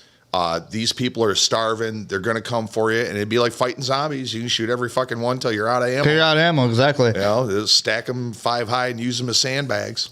See, and that's kind of like my thinking is like, if it really does come to where they're coming to every house and they're coming to get your shit and they're coming to, you know what I mean? Because they've already looted all the stores and looted all the shit close to them. They're going to go to the countryside, whatever, and they're going to come for you. Probably going to win. Well, eventually. You're going to want, but you're going to want, I would say, depending on how many family members you have and how strong their shoulders are, you're going to probably want an AR for each member of your family with possibly a 60 to 40 round magazine on each weapon. Multiple of those by each window. Here's a joking analogy. So I used to hang out with some guys from WTNFR. It was U.S. Army What the Fuck Nation Radio. I like that. These guys are a freaking riot. Back when I got from Iraq, they kind of helped me, even though I was a civilian over there, they kind of helped me reacclimate to the world and made me feel like a brother, even though I did not serve. I was just a contractor. And one of the jokes that they always had, or one of the questions for their guest was, how many 9-year-olds can you take out? If there was a Wait, they asked that? Oh, no, I've heard this before. Yeah. If there was a swarm of 9-year-old enraged, methed out 9-year-olds, how many could you take out? And it's funny, some of the answers that I take out at least 15, or I don't know, man, probably 6 of them, and so on and so forth. Right. That's kind of how I relate it, man. You know, how many do you think you take out? How much do you think you need? I have a small stockpile. I have enough to not starve while I'm getting my shit together. Well, that's the thing. See, now while you're getting your shit together, because eventually you're going to have to bug out, right? Yep. Got to have a bug out bag, got to have a bug out plane. Me, on the other hand, I don't have that luxury. Now, I could if I really fucking needed to, but once I bug out, where am I going to go? How am I going to charge my chair? How am I going to do, simple things? See, the thing is, Rowdy Freeman. Rowdy Freeman got a fucking plan for it all, don't he? And I do. And it's guys like you that would always be a part of that plan. And well, I appreciate that. At the very fucking least, we do what we can while we can for as long as we can. See, that's what I'm hoping. I know that I know enough people to where it's like, first of all, if we really wanted to, this is probably not the best spot to be, or it might be the best spot to be, because you got to think we're right by the highway, right? That's a good and a bad. It's a good and bad, but we're also, I don't know. There's enough room where we could build something, but then again, it's just too much where it's I don't know. I feel safe, but I don't feel 100%. You know what I mean? It goes weird because it gets into that theoretical. Yes, I'm by highway. I have an immediate position to travel. If the shit ever really, really hit the fan, martial laws, this and that, the highway's fucking useless. That's the highway of death. Right? No, because they're going to fucking shut that shit down. Yeah, well, in looking at Iraq, the highway of death, that's exactly what that is. Right. If we were invaded by a foreign IEDs force, and shit. There's backed up, and they've got a bunch of jets rolling down through there in helicopters. That's the highway of death. The best thing, if you're going to ask that question, is back roads. Avoid every little town, every little city till you get to your point. But where are you going? Where are you gonna go? See, great question. Number one, we're in a mitten, and where in the 17 and 1800s, this is the most defendable position. Oh, because there's only one way in. Well, besides the sea, one way in, and unless you consider the bridge, which is easily blown up, which completely segregates us from Canada. Fuck, blow that bitch up anyway. Who fucking cares about the Yoopers? I'm just joking. We don't need the Yoopers. We love the Yoopers. I do love the Yoopers. Dude, I love them because it's so funny because they make fun of us all the time. They call us trolls and they make fun of our accents and shit. And I'm just like, do you hear yourself right now? Do you know what you sound like? It's fucking hilarious. If I had a bug out place to go, it'd be the UP. Because it's the most worthless place. That's why Wisconsin hasn't taken it over. Yeah, bro. I mean, honestly, I still wonder if Ohio won or we won by getting the UP. Kevin, did Ohio win? He's from Ohio. He will speak for the whole state of Ohio. He's actually a well-liked representative down there. Just remember, we still don't like you guys. Fucking Ohio State. That shit's coming up, ain't it? We had a war with only a few shots fought. You know the war of No, Michigan and Ohio? hold on a second. See, this is the glory of just talking shit. You know what I mean? Because we started off with some crazy-ass fucking... Actually, it wasn't even that crazy. It was mild. Then we came into some other crazy shit. Now we're back to some Ohio versus Michigan? Oh, yeah. There was a straight-up war between the two states. Ohio and Michigan over territory. Please, sir, do tell me this story. God, I wish I knew the specifics. You can look it up for yourself. But basically, we were arguing with Ohio over our borders. We thought it was 16 miles this way. They thought it was 16 miles this way. And it almost got to the point where shots were fired, but not directly. It was It was minor. But the federal government stepped in and basically said, just give Ohio this land right here, and we'll give you the UP. Mm-hmm. That's how we got the UP. True story. Well, there you go, folks. That's something I did not know today. You know what I need to come up with as a button is the more you know. Ding, ding, ding, ding. That's what I need to press right there. Kevin said alleys and shit if you need abandoned homes. That's what Ohio has to offer. Not all of it. And see, he said I love the M. He loves Michigan, but I've been to Ohio recently. We went to Cedar Point. Ohio's cool. Dude, Ohio is not bad.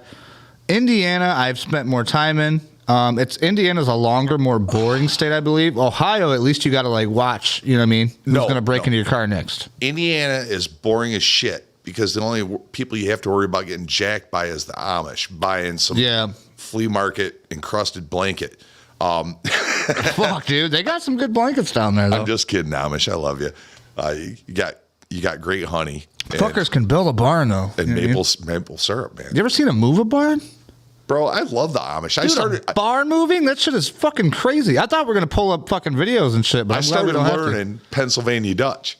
Oh, jeez. And my wife, to learn a language, you have to have somebody that you can talk to and practice speaking it. And my wife would have no part of it. So we'd be going down the road, and I'd tell her I love her in Pennsylvania Dutch, and she would just laugh at me. I'm not talking to you like that. So I kind of lost my ambition of learning Pennsylvania Dutch because I wanted to talk to the Amish.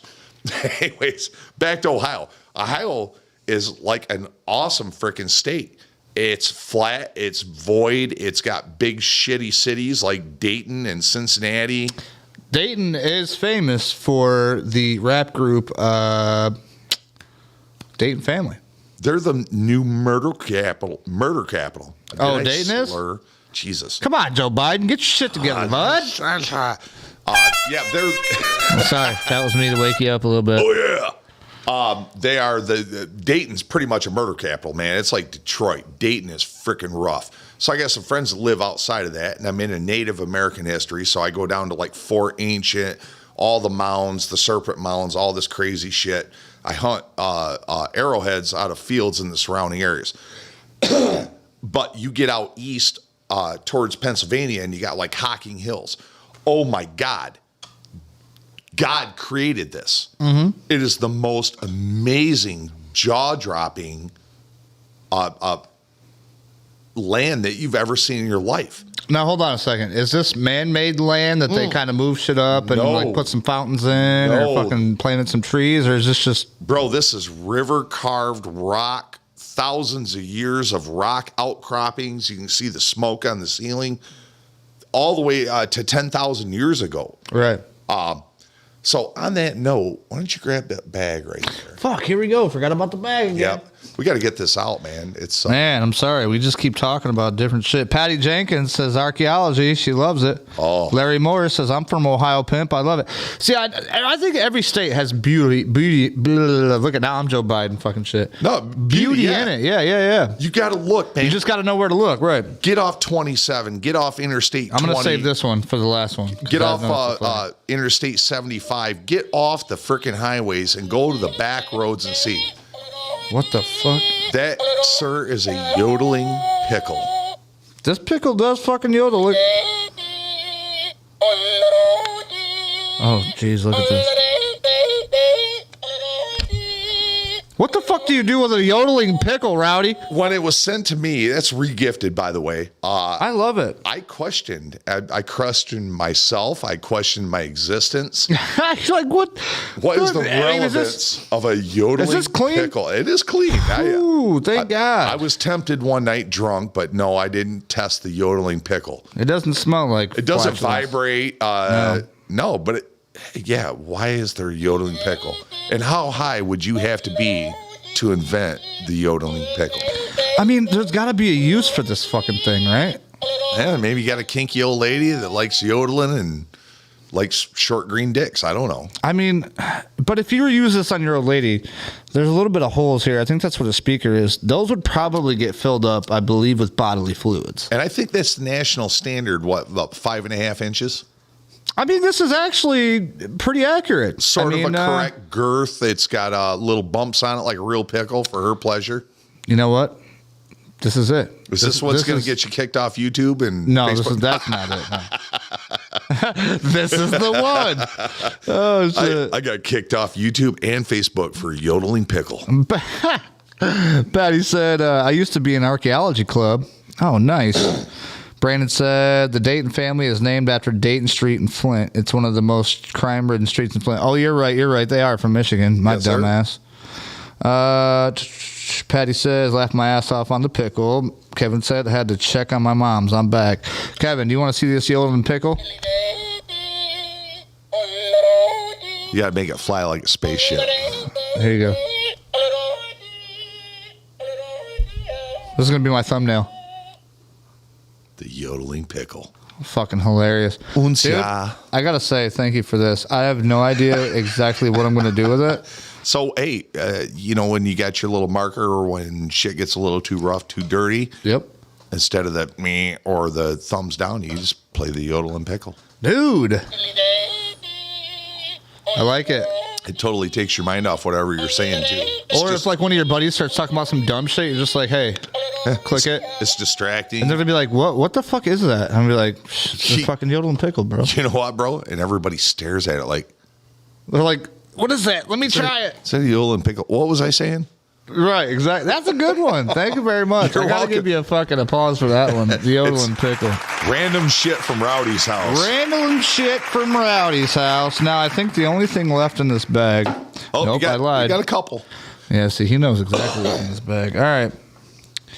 This next one's going to be... And these are all gifts, by the way. These are gifts to me, to the Wheelhouse. Some were randomly picked, some were specifically picked for you, my friend. I appreciate that. Hey. I appreciate that. You know what? He's actually one of my first guys that I've ever known to be a customer in my business, to be a friend of mine. You know what I mean? Like, I would actually call him a friend, and I would send people to you and say, hey, tell him I fucking sent you. And, if you guys know, you know. Brandon said it's an alien wiener. It could be, but... That yodels. Yodels. All right. This next one here is, you know what? I know what this is. This is special. This is a real one, too. That's fucking real deal fucking Arrowhead, folks. That's Real Deal Ohio. Real deal Ohio Arrowhead, huh? Yes, sir. Kevin Burns, you got to love this fucking episode. This has been Ohio all day long, buddy. Almost like the last game we played with Michigan. I think they would call that, Jesus. It's an Adena or, crap. My typology is a little off. I'm a little rough, but I hunt fields. So this is not like a recreated one. Bro, that's the real shit. And honestly, that thing in your hand was first picked up by me, and that is probably about 3,500 years old. Get the fuck out of here. 3,500-year-old Yes, sir. Arrowhead right here. 3,500. I'm glad I clipped my nails today, but that's 3,500 to 4,500 years old. It's mid to late archaic. And, yeah, you might be able to smell some giant bison. I was going to say, it must have killed something. Bro, did you realize we have beavers that stood 8 foot tall? What the fuck? Yeah. Can I just Yes. drive by on a beaver? How the fuck you going to kill a beaver with a 9mm? An 8 foot tall beaver? That would be horrific. Dude, can you imagine, like, I'm taking a shit in the woods and an 8 foot tall beaver snuck up behind me and mauled me in the woods? Could you imagine how big the teeth would be on an 8 foot tall beaver? Good Lord. What the fuck are you going to do? Especially his arms. How strong. Those animals are fucking strong. Dude, they're giant rats. Yeah. Yeah, that's a scary fucking thing. Imagine how creepy a small big rat, what an oxymoron, a small big rat. A small big rat. Can you believe it? A giant midget. Those fuckers exist. I'm telling you. But that was real shit, man. That was stuff they had to fight back, or not fight, but had to execute to survive back then. So yeah, Ice Age left Michigan 10 to 12,000 years ago. You had the Paleo, you had the Archaic, late Archaic, early Woodland, blah, blah, blah. That is late Archaic to early Woodland. That's a nice point. That stretched from Michigan down into the center of Ohio. And that would have been a spear point. That would have been a hafted spear point. Oh, honest, that was attached to a spear. Yep, and they would have thrust the way that they attached them to the spear, which it shows the tail on that, the bottom part of it. Right here. That was so that when they jabbed it into it, they could pull their stick out. The shaft. Oh, when it would stay there? Yeah, the shaft. They could reuse it. The shaft was more important than that piece of stone. And when they went back to the campfire that night, they'd heat the sinew and the, what do they call it? Pitch. Sinew and pitch. They would heat it up, peel it off the stick, reload that son of a bitch, rehaft it with sinew and pitch. Sinew is like a tendon from deer that they would cut in strings long, and it was super strong. And they could stretch it as however they wanted to make that damn thing. Dude, like fish, stronger than fish line. Wow. Not as thin, but stronger than fish line. And pitch, which is pine tar and ash mixed. Right. And once you heat it up, gob it together, poke it on there, wrap the sinew, put the pitch on it, that son of a bitch was held tight until they thrust it in something, pulled it out. So the whole premise was that piece floated around the guts, 10 or 15 of them. Oh, giving them fucking probably shit that they were died, then they would just track it. All they got to do now is track it. They'd bleed internally. Right. And That's when they fucking crazy. Yep. So, dude, how did you come across this again? I hunt fields. That's so you just found this. That's my sanctuary hobby. Really? When I've had enough of the fucking world, I find a field, I get permission, I walk that field, normally near a creek, a river, or a lake, and I just walk the field and I look for lithics, I look for firecrack rock, I look for pottery, I look for what they call debitage, which is flakes from making something like that. Right. I understand the flint typology, flint and shirt typology. So yeah, man, it's just a hobby to shut my brain off from the modern world. Brandon said that arrowhead is either Chippewa or Ojibwe. Here's a lesson for Brandon. We know what the tribes were called to about 600 years ago. What they call that is pre-contact, prehistory. And prehistory, the problem with the Native Americans is they only had vocal history. They could tell stories. They never had shit written down. They never had written history. Yeah. And so for that fact, we don't know what the tribes are called. So here, a real quick one. All Indian tribes were hostile. They're not the peace-loving, tree-hugging Indians all thought they were. If they didn't like the tribe next door, they'd go over there, massacre, execute every single individual, woman, child, baby, maybe take a woman into their tribe to be assimilated. But their history was erased. Right. So the fact that you can call that tribe by a name is bullshit. It doesn't happen. Well, you got to think. You got to think. Before I would say early settlers came here and pretty much took over for themselves, how many different tribes were there and the whole land? You know what I mean? Like it's millions. Over tens of thousands of and they're years. warring with each other every fucking day before we came here. So all it's the time.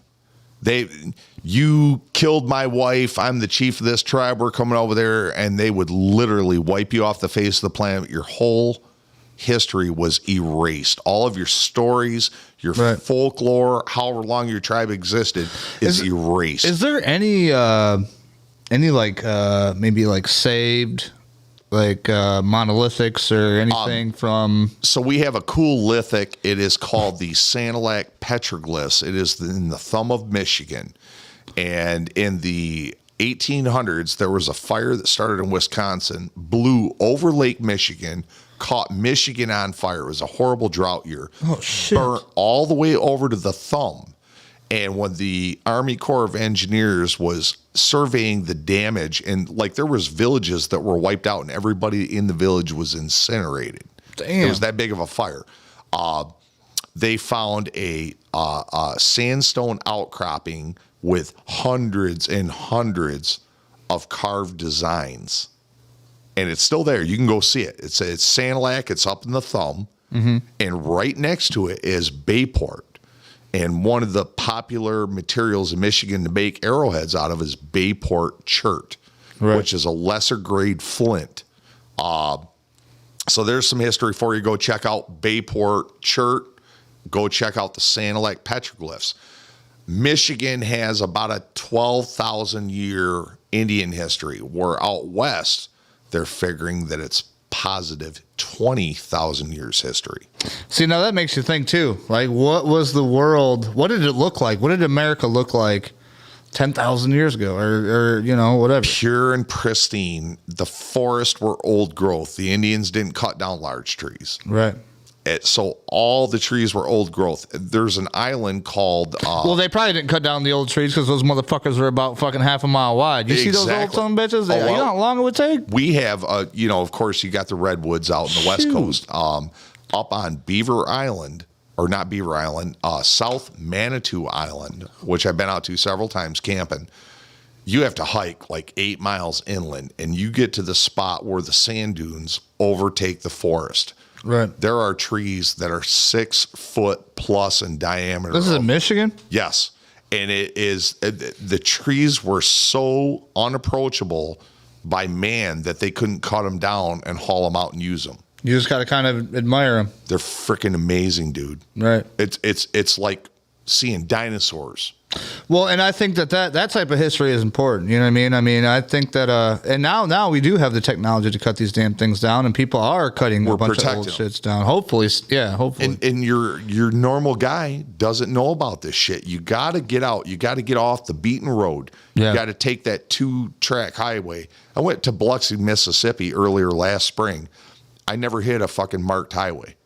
All back roads. Right. 3.5 days to get from Michigan to Biloxi. But that's the only way you're going to see that shit. The shit I saw was amazing. The history. Shit's you'll never. Yeah. It's all on the back roads. It's and not it's on the sad. highway. It's sad to think that like a lot of these, a lot of these kids, a lot of these youths and shit nowadays, especially the ones that are brought up in the inner cities and the adults, even the adults. Yeah, even the adults, their parents and shit. It's like they don't even know about it, right? You don't know about the Sanilac petroglyphs. You don't know about the circular earth mounds. Brandon says Pontiac Lake is one of the best places in Michigan to look for Native American history. Now, this guy, I don't know if I don't know if you know this guy. This guy does a lot of good fishing. Up in the St. Clair River, okay, I believe. This dude, I'm telling you right, you want to catch a big ass fish, you want to have a good time doing it. This dude will take you fucking out. You and whoever else you want to bring with you, depending on your size, he'll switch boats. Nice. He's got the people. He's that's what he does. He's kind of like a lake guide or a tour guide. What the hell is your official thing, Brandon? I don't know your official thing. I don't want to call you something you're not, but. So, Brandon, you're telling me about Pontiac Lake. I am aware of it. Have I had a chance to go out there and walk the beaches and look? No. But I know a spot that you know about, and it's called the Woodtick Peninsula down by the Maumee. Uh-oh. My son just found his first arrowhead there about 4 weeks ago. Nice. I put a little Facebook post up on it. We walked all the way probably 5 miles to the end of the Woodtick Peninsula, and my son, I didn't find shit, and I was angry, but my son found a broken arrow. I did see that on, but it was still, that was something that was dropped anywhere from 1,000 to 2,500 years ago, which is early in archaeology. Yeah. Find a piece that's 10,000 years ago, and you're like, holy shit, I'm the first human that has touched this since the day it was dropped. Isn't it crazy to think that our country itself is only, 300 years old? 300 and some odd? Almost 400. So almost 400, yeah. I suck at math. That's why I was public school. 1560s, 1580s, the Jesuit priests. Gregory, what's up, buddy? Were working their way through Michigan. And here's another random known fact. Hold on 1 second before you get to that. Go ahead. Gregory. I don't have your contact information. You got to message me, bud. Find me on Wheelchair Rick on Facebook. Message me here. I don't put your information on. Well, don't put your information on here. We don't want weirdos calling you.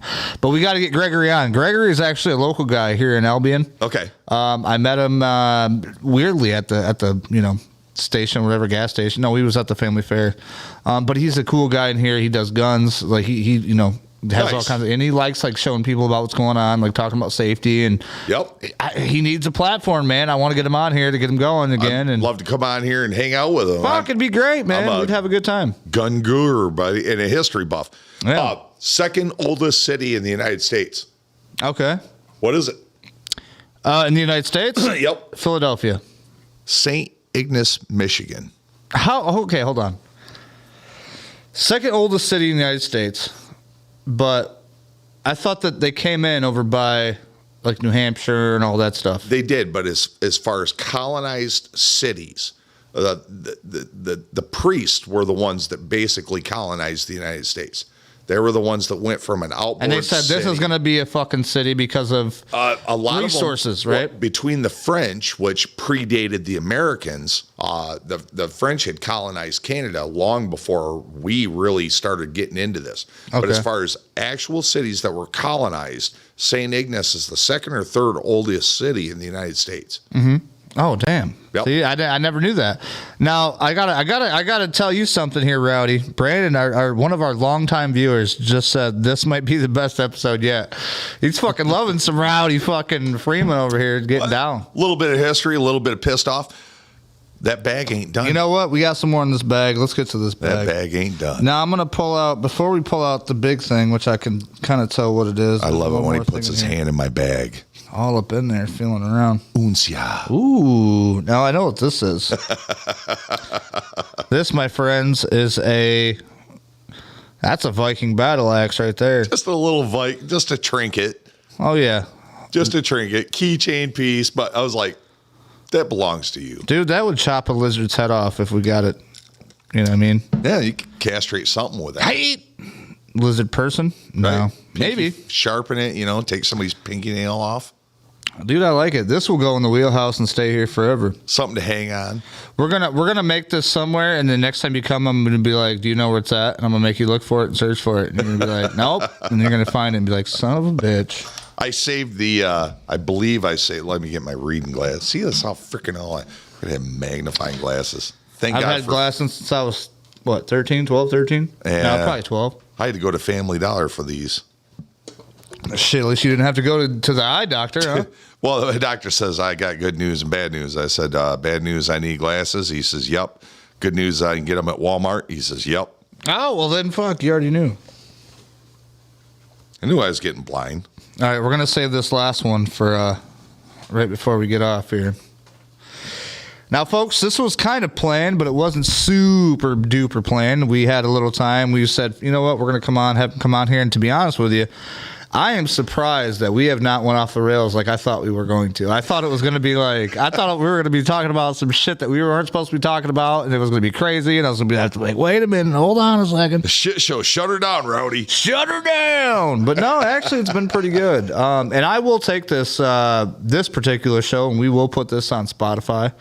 So if you guys are just fans of just listening to stuff, make sure you go to Spotify, look for the Wheelhouse Network, or just search up Wheelchair Rick. You'll be able to find us. We have audio and visual on Spotify as well. My buddy Clax was able to help me figure that out. Thanks, buddy. So I got to ask you, before we get to this last one, hold on. Let's consult the Pickle. Pickle, what do you think? Oh, okay. Yeah, he's still... Yep, He's ready. The magic pickle. The magic pickle. So, how much more time you got left here? 7:40. 7:40. I got You want to just do 8 o'clock? I'm good. 8 o'clock. All right, let's call it 8 o'clock. We got 20 more minutes. She'll be a little pissed, but she'll get over it. You know what? They always kind of do, as long as you rub their back enough and tell them you love them. And better to be pissed off than pissed on. Yeah, that's definitely. Especially in my day and age where I can actually piss on you if you don't fucking, Right. Especially at my age when I can still hold my piss. Technically, if my piss is in a fucking bucket, right, and my old lady goes to pour it on and it does spill on her a little bit, did I piss on her or did the bucket piss? I mean, you got to think about it. It's still a christening. It is. It's a path of rights. Man, you know what? And sometimes she does it without no gloves, and I love her to death for it. Yeah, it's just pee. It's sterile. It's pee, man. Fucking drink it. It goes in and out. I'm not going to. I hope we don't have to. Especially if you ate asparagus. That'd be fucking gross. Good Lord. Son of a bitch. All right, no more pee talk. All right, that was actually pretty funny. Look at Brittany said, Brandon, yes, I agree. We're going to have a lot more people listening to this and watching this than we probably had a lot of other people watching our fucking crazy antics on here. Well, because you got to think, with 2 people, it's a lot easier to control than with 4. You know what I mean? I like chaos. Well, chaos is good if it's controlled chaos. When I was a part of, when I say a part, I was just a guest on WTFNR, but I was one of those guys that they just brought on and left online. And What do you mean left online? Well, I was part of the chat, part of the show, but I kind of stayed silent until there was a funny, gimmicky part to say. Right. But I was always amazed how you can have 3 or 4 people on and not over talk each other, especially on the internet. It was difficult. Yeah. Now, I've watched your shows where you've had 3 or 4 guys on. That's a fucking shit show. No, it's not. It's really? I was really blown away at the courteous and how few times they had to backstep. Like, oops, sorry. Like they're over talking to each other. It was really nice, man. You got good shows, bro. I mean, I will say thank you for that because I do appreciate it. But I will also say that I'm my biggest critic. You know what I mean? Like when you're doing something like this, you have to be. I'm my biggest critic. That's why it's only me. Right. Well, and when I see people that are like, when we're going live and they're like, this is a fucking shit show, you know what I mean? Like, you guys are all over the place. I know that I've lost control of the reins. So sometimes we do get into the shit where everybody gets too much alcohol. Everybody wants to talk over everybody. We have people stepping in from somebody else because somebody couldn't make it or whatever, and they're not used to how we do shit. So it's like, how am I supposed to keep all this intact? And it's fucking crazy. That's kind of why I only wanted you today. You know what I mean? You're the ringmaster. And so one of the guys, the part of WTFNR, I'm sorry for pointing out because it was a beautiful thing in my life. It's a shit. It's nothing now. But that part for veterans was an amazing outlet. So the ringleader, he did such a great job at just trying to keep it somewhat in check and somewhat of a format. Yep. And the rest of them are just fucking monkeys throwing shit at each other. Exactly. And it was beautiful, though. Sometimes it worked out real good. Sometimes it's a shit show. But still, a shit show is a show. You're right. And that's kind of like when we did my Halloween show. Like, dude, it looks so good in here. We had all the lights and all the fucking. My old lady came and did all the, the spider webs and fucking. It looked really cool in here. Like, I was the only one with my Lieutenant Dan costume on, fucking all dressed to the teeth. Damn. Everybody else fucking wore just a wig and was like, I got my costume on. I'm like, fuck out of here, bro. Like, come on. I told you guys this like a week ago, and you motherfuckers come in a wig. Get the fuck out of here. If I was still a part of that band, my God, that I will not mention, you could have came in fucking looking crispy, bro. Oh, bro, it would have been full. We would have had to back the camera up. It would have been too much. Oh yeah, dude. And not only that, you'd have had to done a PSA informing the women of the shock and fright that they might encounter. Especially with the a full frontal cam. I mean, because I don't wear underwear when I'm pretty sure we would have got kicked off for that. No, we definitely would have got kicked off for that one. Man, I wish we could talk more about this, about you being a part, which I think we're going to have you back. Down the road. We're going to have you back when you feel more comfortable and you know what's down going the on. road. Because I don't want to push it. Nah, it's all right, man. Honestly, and it's a complex thing, and it's but it is what it is. And here I am, and I don't give a fuck. Right. So you got one last thing in the bag, and I want to say something before you kick me out of here. I got to say something that's helped me in my life. Oh, go ahead. But number one, open that bag. I got you. Put the bag into fucking place. I'm telling the ringleader what to do. Hey, you know what? Sometimes you have to. Otherwise, I sit my ass here and don't fucking know what the hell is going on. Now, this one, I kind of already figured it was going to be a fucking beautiful. Oh, I love this flag. So this right here, let me make sure I get it right. Nope. It's going to go this way. There we go. Beautiful. Okay. That's a real deal, boy, ain't it? In 1775, Christopher Gadsden, who the Gadsden flag is named after, that is the first flag of the United States Marine Corps. This is the one. And I'm one of them. Oh yeah, I'm a big Marine blower. I've always had this infatuation with the Marines. I used to write them fucking letters when I was kids. Really? Oh God, dude! At 12 years old, I can't wait to get out of this house and join the Marine Corps. Is there a junior ROTC that I can join? And they'd send me letters back, and they'd send me flags and all this Marine Corps swag. And I had the biggest heart on to do it. And then I found out what vagina and musical instruments were. And you were like, wait a minute, what's that? Yeah. The core? What core? Bro, grew my hair long, had the biggest mullet, jean jacket, 73 Dodge Dart, 16 years old, and vagina, and completely forgot about the Marine Corps. And then later in life, when I felt my need for duty of some sort, and of course the Marine Corps wasn't taking my old ass. Army, hey, fucking A, come on in. Oh my God. So it was do 4 years with us. I told my wife 4 years with them or 1 year as a contractor. I went over as contractor. The reason I went over. Hold on, did you sign with the Army as a contractor, or you just signed with a different company? Department of Defense, DOD. How the fuck did you get that job though? How did you apply for that? Well, I had to fight. It was through KBR. It's called Kellogg, Brown and Root, and that's one of Dick Cheney's little evil money-making schemes. And it was a complete fleecing of the United States. I never liked the idea of mixing civilians with the military, and that could be a whole show on itself. Oh man, I could divulge. We got so much more to talk about. Oh God, I could divulge for hours how bad monetarily we got fucked through the Iraq War. It's ridiculous. It's unfathomable. So anyways, I did what I needed to do. I felt my part was done. I went over, I didn't put life in line. I mean, I could have got blown up, but I got paid $89,000 a year. I'm going to cut it off there because I want to say that for another show. Right. But that was my patriotic. That was a piece of my life that I had to have closure on. My wife was awesome enough to give me the opportunity to get that closure and go be an adventurer. To support you in it. Yep. Which is a big fucking dude. Yep. If you're with somebody, the support is 100%. Especially some crazy ass shit like that. Yeah. Like I want to go climb the Andes Mountains. I could die, but I love you. I'm probably going to die. I'm probably going to die. I'm going to get fucking blown up. But go ahead. I love you. Yeah. Pat me on the back, and it fucking sucked. And man, women like that need fucking more than we can give them, bro. I'm telling you. 28 fucking years. 28. I'm 48. I'm 11 with mine, so I'm like, dude, I already know I owe her more than the world, and I can't fucking deliver that. So I'm like, I'm just trying to give her what I can. You know what I mean? And she is a good girl. She stuck behind you, behind the hardest time. Shit, bro. God bless her, brother. You know what? It's something you can't even imagine, even doing yourself if you were kind of in that position, because it's different. You know what I mean? It's completely fucking different. I can't say that I'd have the drive that you had. And to see you as peaceful now as you are, I can see it in your eyes. I can see it in your body language. As peaceful as you are, and can I end the show? Go ahead, bro. Take it away.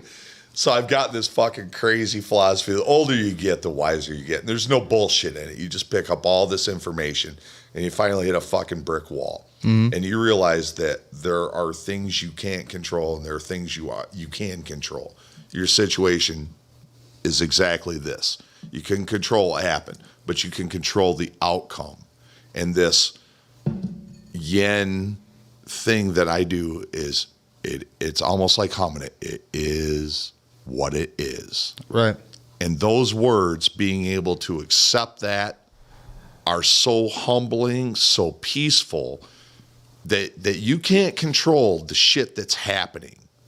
But you can influence and have a certain control out of the outcome of it. Right. And if it wasn't for you having that zen, we wouldn't be having this radio show today, bro. You're damn right. I appreciate that. I really do appreciate that. I love this. You know, it's my grandfather always told me, and this is kind of like what kept me going, is when I got home, and besides her, obviously, is when I got home, my grandfather's weak. You know what I mean? Like, I took care of him for a long time. And even though I didn't want to, I knew it was the right thing to do. You know what I mean? Like I knew that in my heart, if I didn't, and there was times he would call me and want me to come over, and I was like, no, I can't, I'm busy. And then I'd hang up with him. I'd sit there and he'd be like, motherfucker, you know damn well you can go do that. You know the song you heard? What's that? Cats in the Cradle. Oh God, you're right. When Yeah, you're coming yeah, yeah. on, son, I don't know when, but we'll get together then, son. And there's a new song that actually came out by this country guy. That's I don't know if you've heard that. Until You Can't. It's called fucking. Yep. Yeah. You know what I mean? Shit kicks you in that way. Dude, it does. That's why I You're hate like, country son of a music. bitch. I can't listen to it drunk. Oh man, no, it'll tell you right up. Well, I can, but I got to be alone. But no, I remember when I came home and I seen my grandpa for the first time, and I remember when I wheeled my fucking chair, my manual chair, up into his fucking shit. So he was alive when that happened. Oh no, he was. Yeah, he was. He was 86 years old when he died, and I think he was 85 when it happened. Okay. So like he lived for another year. But like it was weird because it just worked out to the point where he stayed alive so long just so I would fucking, be good on my own. So when I came home from the hospital, he seen me come home and he seen me like come in and he gave me his car to use, his old Mercury, because he wasn't using it no more. So I used it, and I actually used it for a few months to get around and go places. And I'd come see him, and I'd never forget the first time he see me. He kept saying, and this is like a recurring thing. He said, "One day at a time, you'll be just fine. You just got to take it one day at a time, Rick. One day at a time. That's all it is. One day at a time." And he wrote me the last letter he ever wrote me. The birthday letter was "One day at a time, and you'll be just fine." So I want to take his letters and his writing, and I want to put it around this tattoo on my hand. You know what I mean? Yep. So I'll always be there, and I'll always remember that, what he told me. And shortly after that, 2021, he passed away. And I remember I seen him right when he was up at VA, and you could tell he had cancer of the insides, and we were giving him like all kinds of Simpson oil, and like we were trying to help him. But it's so crazy how he lived long enough for me to like go through my accident, go through treatment, come home, see him, shake his hand, spend a couple evenings with him, have some food with him, and then pass on. So it's like I feel like he stayed around, partly just for me, right? To give you that strength, right, and that motivation. And without him, I wouldn't be, who I am today. So I got to give it to him. The credit you give to him, I give the credit to my great grandfather, Hugh Losey. Right. It's amazing, and dude, you're amazing. The show's fucking amazing. That power. It's weird. You can feel it, right? You can feel like what we're doing right now. We have people watching us, even though it's like we don't have 100,000 people, but I don't give a shit. As long as we can fucking talk to 2, 3, 4, 5 people, I'm good with that. You know what I mean? Because like, even though this is going to end, obviously, and we're done being live, it'll still be on the internet and people can watch it and have a laugh, have a watch, maybe learn something or two. Who knows? The power's going to be an inspiration. Right. And that's my biggest thing is when I was in the hospital, I kept looking for somebody to look to. Like, what do I do now? How do I go forward? What do I do? What do I look forward to? And there's only a couple people online that I actually like could bond with, I guess. And shortly after I started watching one of these guys, I'm not going to say his name or what his YouTube is, but like shortly after I started watching this, I realized this motherfucker can get up and walk and like make his own coffee and do this and that. And I'm just like, man, because part of his leg was blown out, but he can still get up and walk. And part of me was pissed. I'm like, you fucking phony, you fake ass motherfucker. But then I thought about it. And I'm like, wait a minute, Rick, stop. He's still got to live his life way differently because he was jogging and he fucking flew like somebody had a vent open to a parking garage and he flew 80 feet down and blew both his fucking knees out. He's fighting his own demon. He's fighting his own battle. Everybody that has an injury, spinal cord or otherwise, that has to deal with wheelchair use has a completely different injury than I do. So it's like not to minimalize. But a bad rotator cuff, a bad knee, a fucked up hip, a fucked up back, cloudy mental, anything that you're overcoming and still being a productive member of society. Right. And this is a productive member of society. You're not sitting in that fucking house. I can't fucking do it, You're dude. not fucking feeling sorry for yourself. Can't You're not blaming the world. You're not blaming Jesus. No. As gay as it sounds, but Forrest Gump. I'm Lieutenant Dan for Halloween. Bro, Lieutenant Dan blamed God. Yeah. Until Forrest put him right. Lieutenant Dan challenged God. Made his peace with him. And he finally fucking made his peace, and he's like, I can still exist as a human being, even though I fucked up and missed my legs, and I'm not going to be this war hero that I thought I was going to be. No. And he still had a successful, peaceful life. And that's where that saying comes from. And I'm telling you, it's powerful. You got rid of the hate. And brother, I'm not into that biblical shit. I believe in God, but I don't preach it, and I'm not biblical. Mm-hmm. Being able to fucking just accept that it is what it is and do your best to control the outcome will give you a peace that you've never felt. The stress that I felt at my shop when I almost lost it all, man. I had 7 employees. I'm about to break fucking $500,000 in my 3rd year. Oh, shit. With 7 guys. You were there. I don't remember that being that number because you never disclosed it to me, but that's fucking amazing. It was there. My 3rd year full-time in my own business, and you watched it all crumble. And you watched me go to another shop and have like a helper. Yeah. And then you watched me go to my 3rd shop. And now it's just me. Dude, it's crazy to think now that you say that. I've been with you through a few shops. 13 years, bro. Holy fuck. 13 years. That's actually right around the same time I got started. Not right. It's a little bit. I think it was about You were green. I was just getting started when my Snap-on guy was fucking green. Yeah. And we've all grown through this and progressed in this circle of life. And as bad as you might think you have, you're doing good. No, listen, man. I gotta say this. I appreciate the I would say the support. From different people, from the viewers, from the friends, from people. And the thing is like I said, I wanted to make something where people could look at. I didn't have nobody like that I could accumulate myself with. Like, this is somebody I would hang out with. Everybody else just seemed kind of like cool, but like not really my style. So I wanted to make videos, and I wanted to make different, content for people that could look at us and say, hey, you know what? This guy's doing it. Why can't I do it? Why can't I get my ass up out of bed and actually do something? Because if I was to sit in that house and sit in that bed every fucking day, which I could do that, and I wouldn't lose a damn thing except for pride, probably.